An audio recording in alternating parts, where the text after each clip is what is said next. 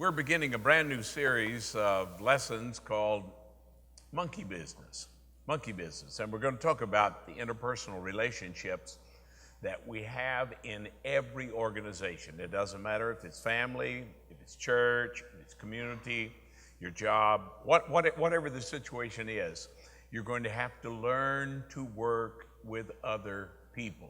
And so that's why we're calling this one Monkey Business. I think you will understand as we go along. This is lesson number 1, and we're calling it a happy monkey. A happy monkey. Now, let me give you some introductory thoughts. Leadership is basically people managing and influencing other people. You don't need a position if you have influence. It's that simple. Positions are just titles. They can mean nothing. But it's the influence that you have upon other people's lives. And that's really basically what leadership boils down to.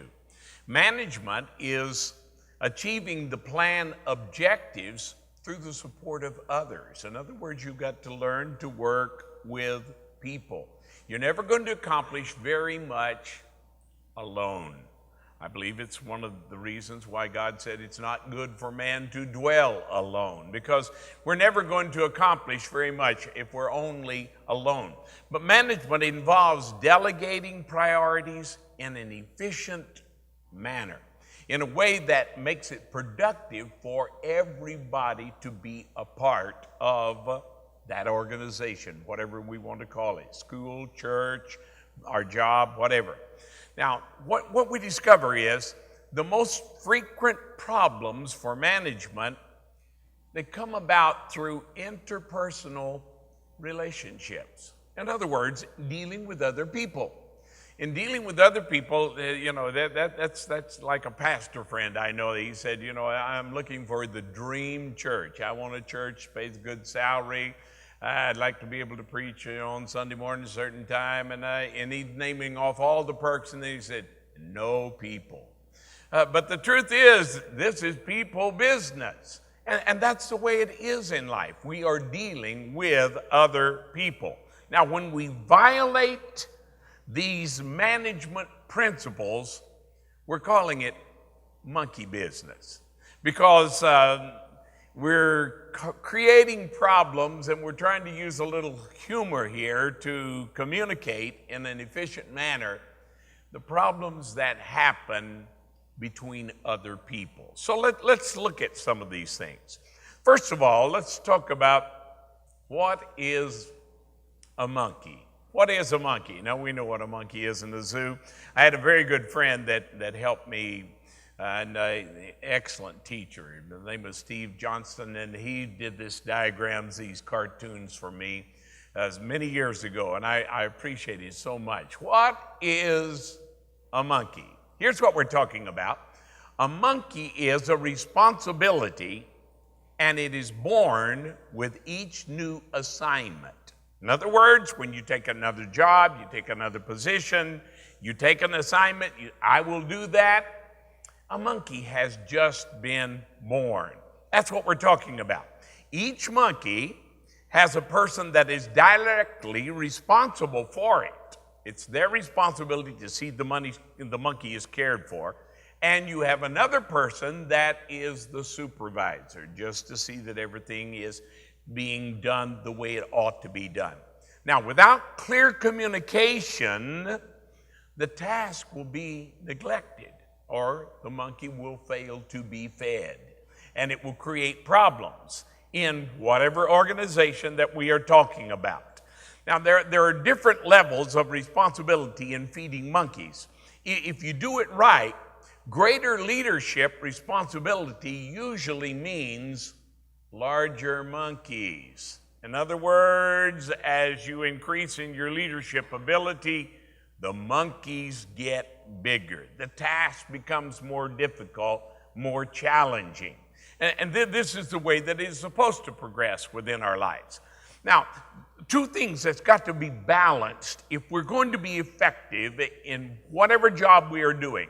Responsibility and authority must be kept in balance.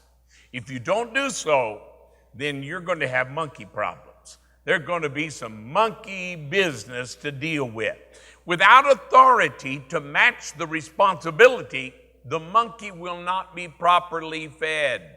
Oh, I've been put in situations like that, and I'm sure you have too, where people say, well, I want you to take care of that, but the moment you start to do it, well, you don't have the authority. Who told you?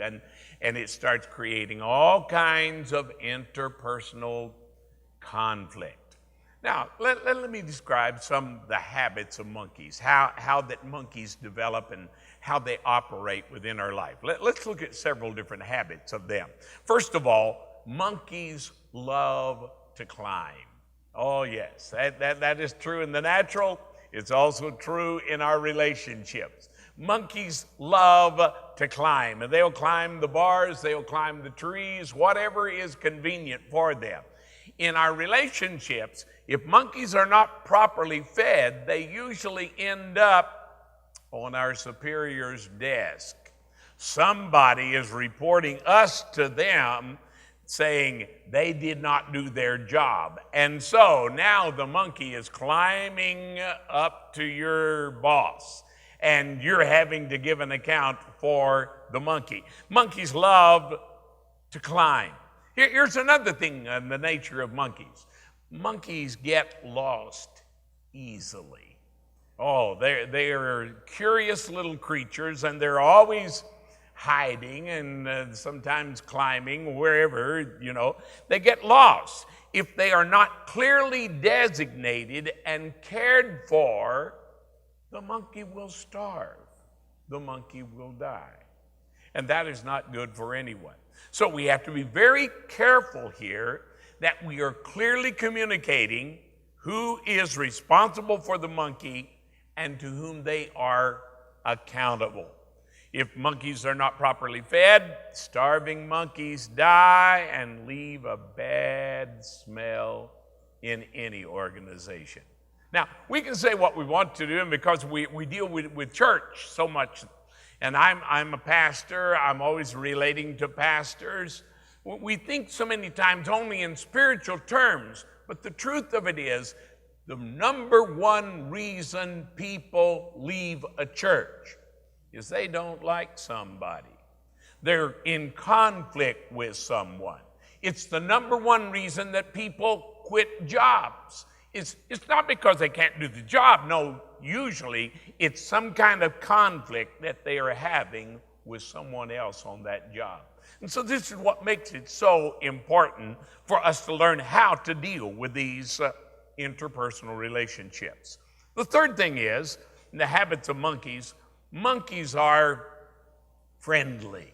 Oh, as I said, they're curious creatures, but they will easily take up with anyone that's willing to feed them. That anybody that comes along with a handful of peanuts is soon going to have some monkeys that's following him. I remember one of my Timothy's that I was training in ministry, talking about a pastor friend that ran into big problems in the church, and he said, what he reminds me is a man goes to the zoo with his pockets full of peanuts, and he's making all kinds of promises to everybody, but then when he runs out of peanuts, suddenly all the monkeys go chasing somebody else. And that's what happened at his church. Everybody's leaving because he's making promises he can't fulfill. So that's the nature of monkeys. They'll take up with anybody that will feed them. The point is, do not feed other people's monkeys. That's wrong. You're creating problems when you do so. Now let's talk about another area here. This area is what I'm going to talk about, how to have a happy monkey. How to have a happy monkey. If we're going to have a happy monkey, number one, you got to have a name tag for every monkey. Somebody must own the monkey. It's got to be somebody's responsibility. So you've got to assign it clearly that they understand this is my monkey. I will feed it, and they take responsibility for that. If you don't have a name tag on it, oh, then somebody's not going to get the job done properly. The monkey's not going to get fed. But if a monkey's got your name on it, then it's your responsibility to feed that monkey, to take care of that responsibility. Unassigned monkeys usually become the responsibility of the leader. Oh, yes, there is a price that's to be paid for leadership. And I've discovered this so many times. If I do not delegate certain situations to the right kind of people to take care of those problems, those needs, then it'll come back to me, and I'm the one that will be forced to have to deal with it. So make sure that all monkeys has a name tag and that everybody knows who owns that monkey. That helps to keep the conflict that can arise by monkeys without name tags. The second thing is, every monkey has a right for proper care. If we're going to create a monkey, then we ought to see that it is properly taken care of, whatever the responsibility is. And we should not accept responsibilities if we're not willing to make the commitment to feed the monkey, to take care of the job, to do it properly.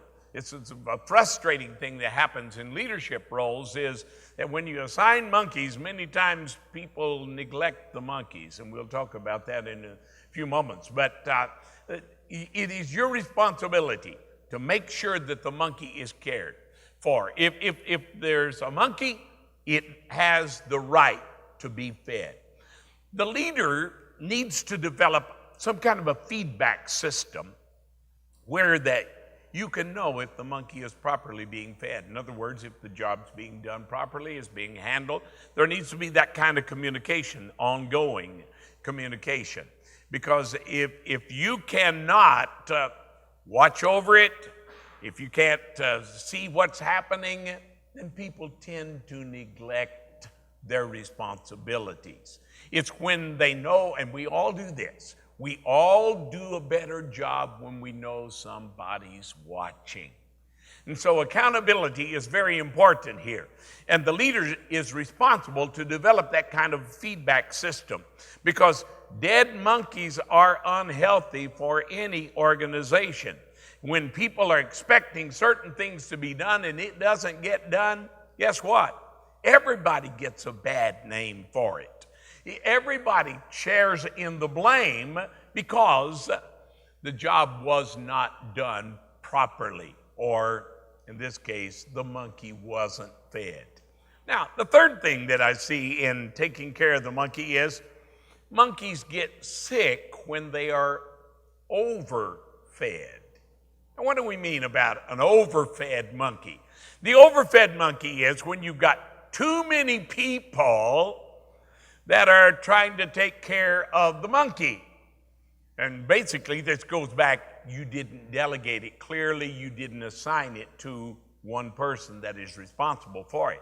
But when you've got too many people that's taking care of it, it creates confusion, disorder, a lot of conflict arises because they're involved, they're getting involved in my job, they're taking my job, they're doing it, or they blame you for that. And basically, it comes back, this lack of authority means that nobody owns the monkey. You have a problem, you have a need, but you have not clearly assigned that need to someone and put the name on it. So what happens is you have them overfed, but then the overfed monkey goes to being an underfed monkey, because nobody is responsible for that particular assignment. And of course, the overfed monkeys, they make a lot of noise when they go to being underfed. If the job now is being neglected, you had too many people trying to take care of it, now nobody's taking care of it, this only creates confusion within the organization. And it shows how important it is to delegate responsibility and to give the authority to take care of that responsibility. Now let's look at some different levels of feeding monkeys. Feeding monkeys. The first one is you faithfully feed the monkey. Now, that's the way it's supposed to be done. You have an assignment, a responsibility, the authority to do it, and you do what you are supposed to do. You faithfully feed the monkey, you report back to your leader. That's the way it is supposed to operate. It's the proper way to take care of a monkey. But here's some of the problems that arise many times. We have what we call remote control monkey feeders. Remote control is basically a leadership problem. It's what we call micromanagement. I'm sure you've heard that term, where the boss is looking over your shoulder, watching everything, every move that you make, everything that you do. I hate that kind of leadership, because if you know, don't ask me to do something if you don't think I can do it. If you think I can do it, give me the responsibility and the authority. I will take it from there and do my very best. But the micromanager is what we call the remote control. And the person that's responsible is waiting then to be told when, where, how to feed their monkey. They're doing nothing without the micromanagement. That is not a good style of leadership. It creates its own interpersonal relationships in whatever organization it's in. Now, basically, the bottom line on that is it's about control. Control. They don't trust. They want the control.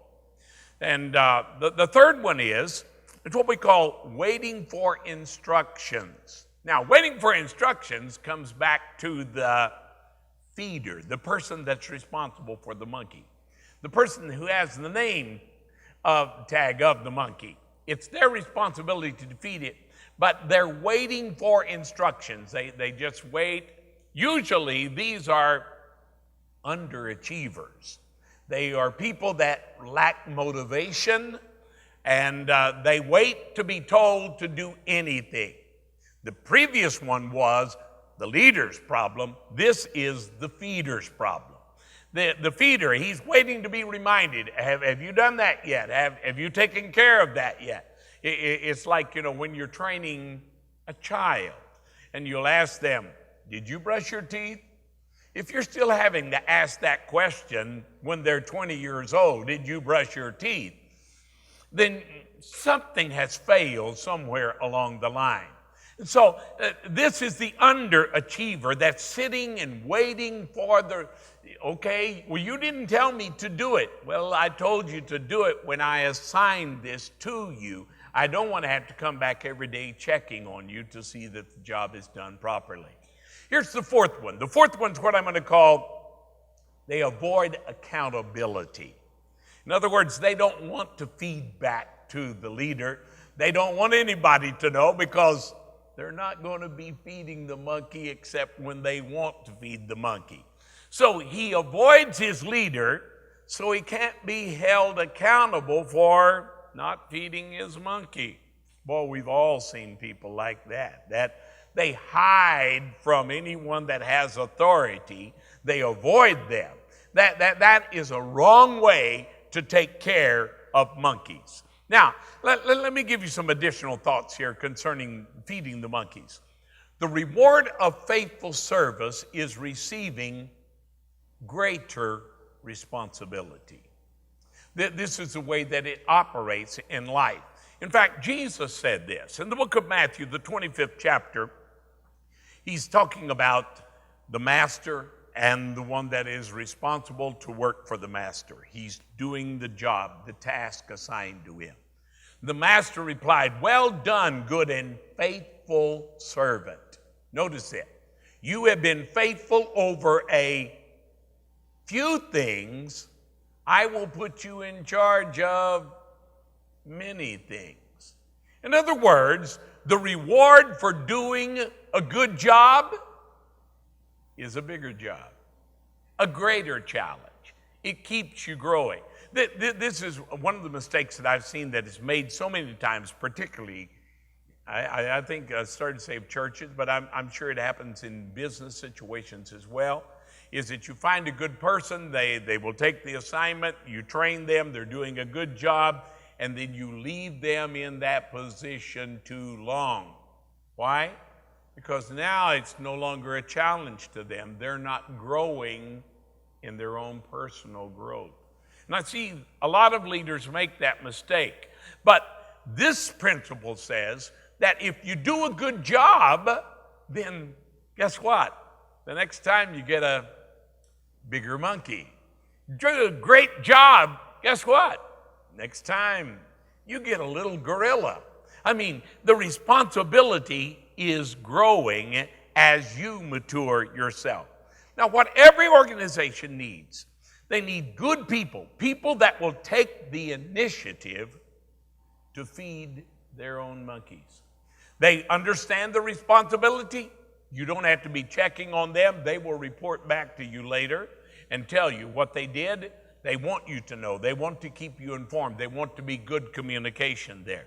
Every organization needs that. And without those kind of people, your organization will not grow. Your church will not grow. Your business will not grow. You're not going to go to the next level until you are managing efficiently the level where you already have attained.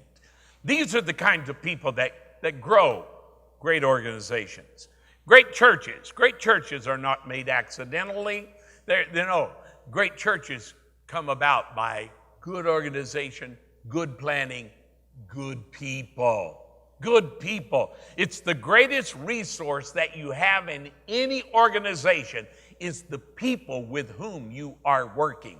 And good people are attracted to good organizations, good challenges, or let's call them monkeys. Monkeys that they know that they're doing a good job with it.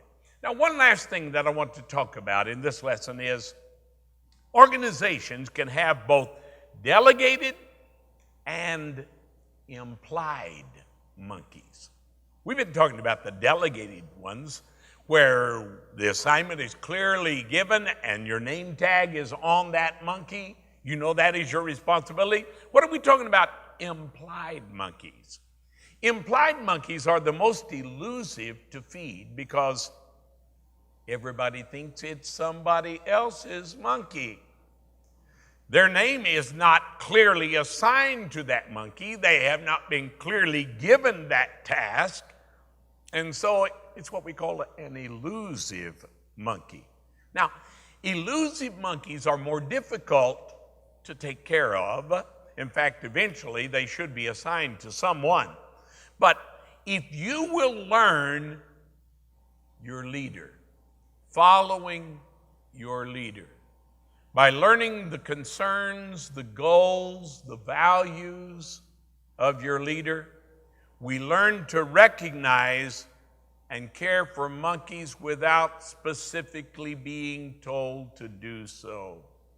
Now that's when you begin turning good churches into great churches, or good organizations into great organizations. It's what we talk about, we're buying into it now. It's become ours. This is our organization. This is our church. We're not just visiting anymore. Now that's the implied monkeys, that when you look around, you see something needs to be done, you do it without specifically being told to do it, simply because it was being neglected, it was being overlooked, and you take the initiative. You understand your leader. You understand his heart. You understand his vision. You understand what he wants to accomplish. And so you don't have to be micromanaged. No, you have bought into this. You are ready to help feed the monkeys, take care of whatever needs to be done. That's what good management it is. Good management is all about coaching average people to do superior work. Well, I have worked with some great people in my life. I've worked with some great churches. In fact, this very weekend, my wife and I are going to a great church in southern Indiana. They're beginning a conference this weekend, and we're going to be kicking it off for them on Sunday morning. And a great church in the middle of a cornfield. I'm talking about you cannot see a house from where that church is located. It's within 20 miles of the nearest town. But he built a church right in the center of 3 towns, 20 miles away, 25 miles, 30 miles to that church. Guess what? Good leadership, good management, or as we say, good food attracts all ages. And there will be between 500 and 600 people there on Sunday morning in a cornfield in southern Indiana. Why? It's good management, good leadership, coaching average people to do superior work. Our problem is not that we don't have good people. Our problem is we don't organize it properly, we don't train them properly, and that's a lot of what this is all about, is training people, training you how to do a better job, how to take care of your monkeys. Because our goal should be for every one of us to have a happy monkey, a monkey that is well fed, a job that we have done very well. When I stand before Jesus, I don't expect him to use the word monkey, but I tell you the words that I live to hear. And if I hear this, it doesn't matter anything else. That just doesn't matter to me. If I hear Jesus say, "Well done, good and faithful servant. You have been faithful over a few things. Enter into the joy of your Lord. I will make you ruler over many." That's going to make my life well. That's a well-fed monkey, a happy monkey. And so this is our first lesson concerning monkey business, how to have a happy monkey.